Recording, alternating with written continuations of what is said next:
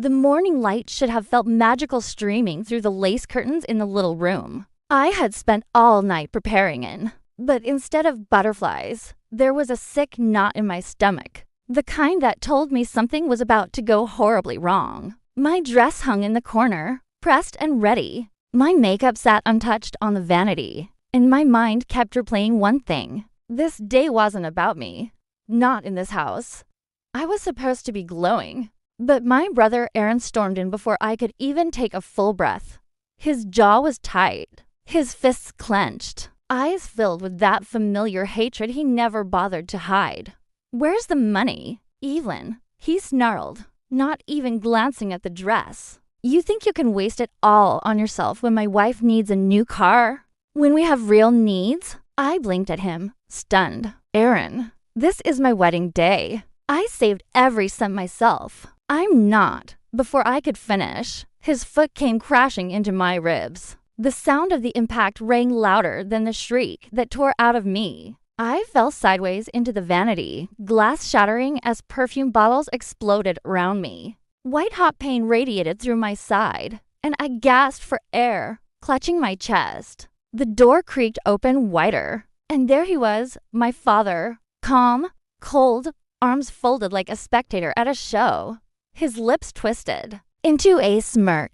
"Don't ruin her day with drama," he said flatly, jerking his chin toward my sister, Lily. The golden child, the princess of the family, the bride everyone truly cared about today. "If you can't stand the pain, maybe you shouldn't have been born into this family." I tried to speak, my voice trembling. "Dad, he broke my ribs." Aaron chuckled, leaning down so close I could feel his breath. "Consider it a reminder. You're nothing but dead weight." I coughed, the taste of iron flooding my mouth. My vision blurred, but I could still see Lily in the doorway, her dress sparkling, her lips curled in disgust. She didn't even flinch.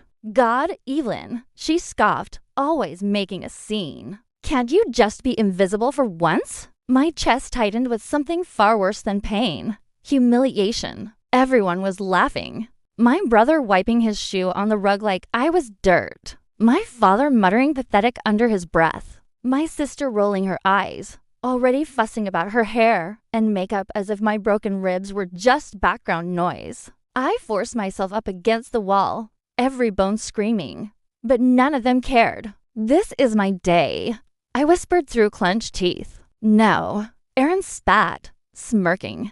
"This is her day. You don't get days. You don't get anything." Their laughter followed me as I staggered to my feet, one arm clutching my side. I looked at them, the family who had done nothing but strip me of dignity piece by piece, who thought my pain was entertainment, who thought my silence meant defeat. And something inside me shifted. The tears dried in my eyes, the sobbing stopped in my throat, and a cold, dangerous calm settled over me. If this was how they wanted to play it, I would make sure they remembered this wedding forever. Not for the flowers or the music or Lily's perfect smile, but for the day Evelyn stopped being their punchline. I couldn't even breathe without sharp pain tearing through my side. But somehow I managed to slip out of that room. Their laughter was still echoing behind me, bouncing down the hallway like a sick anthem. Each step made my ribs ache, but each ache hardened something in me. I wasn't going to let them see me crawl.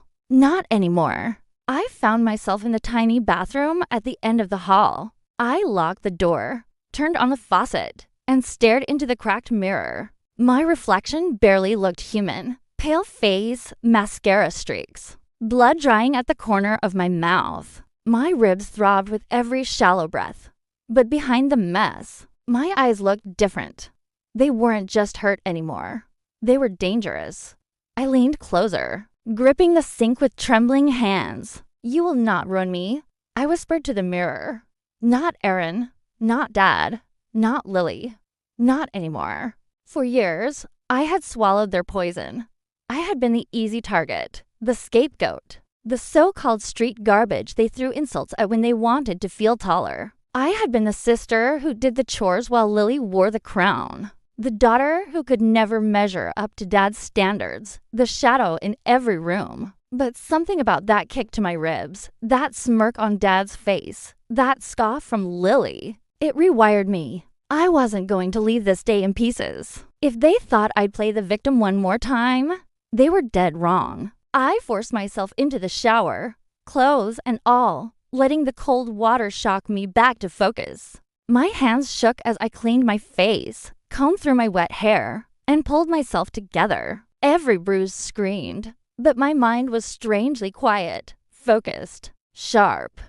When I finally walked out of that bathroom, I was different. The house was buzzing with preparations, laughter, champagne glasses clinking, relatives fussing over Lily's veil. No one looked at me twice.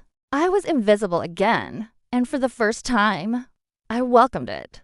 Being invisible gave me the space to plan. I slipped past the living room, past the crowded kitchen, until I reached Dad's study, his throne room, the place where he kept all the strings he pulled. The heavy oak desk was littered with papers, contracts, business files.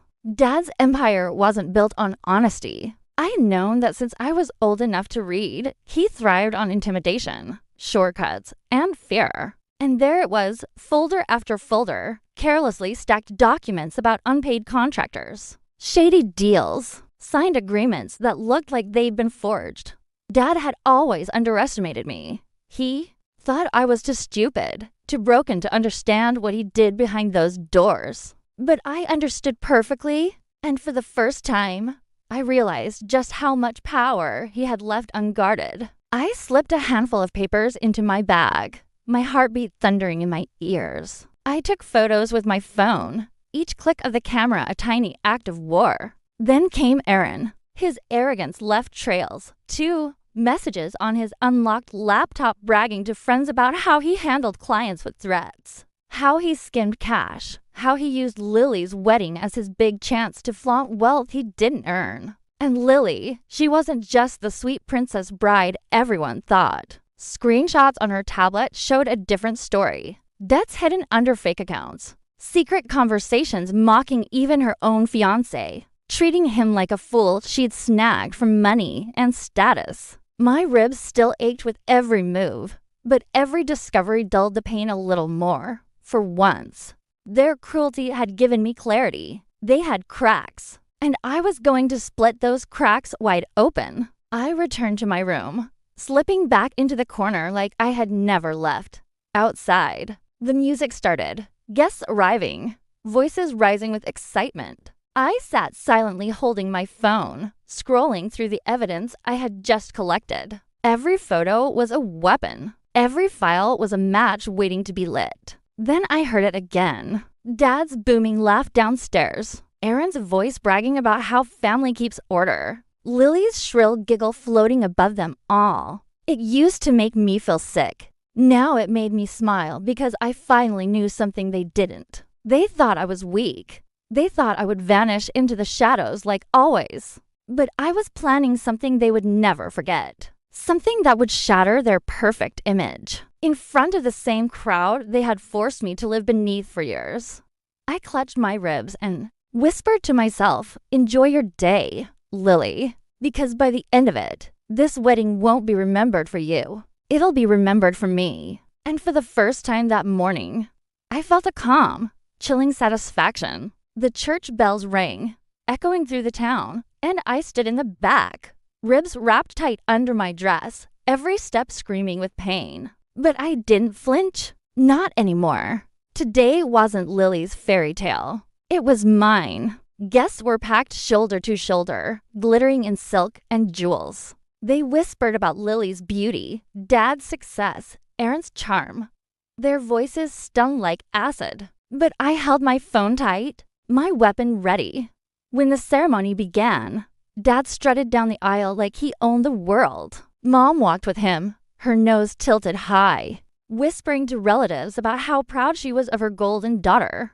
Lily followed, glowing in her white gown, smugness etched into every smirk she gave. And Aaron, he stood at the altar like he was about to crown himself king. I sat in the last pew, my hands steady, my phone connected to the giant projector they'd set up to stream Lily's wedding photos for. Everyone.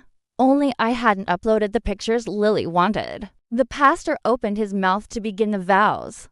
That's when I stood. Before you bless this marriage, I said, my voice cutting through the silence. I think everyone deserves to see who they're really celebrating.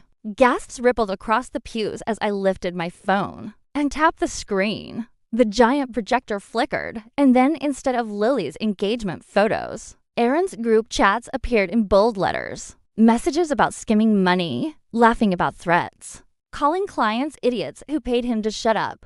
The room exploded. Gasps, shouts.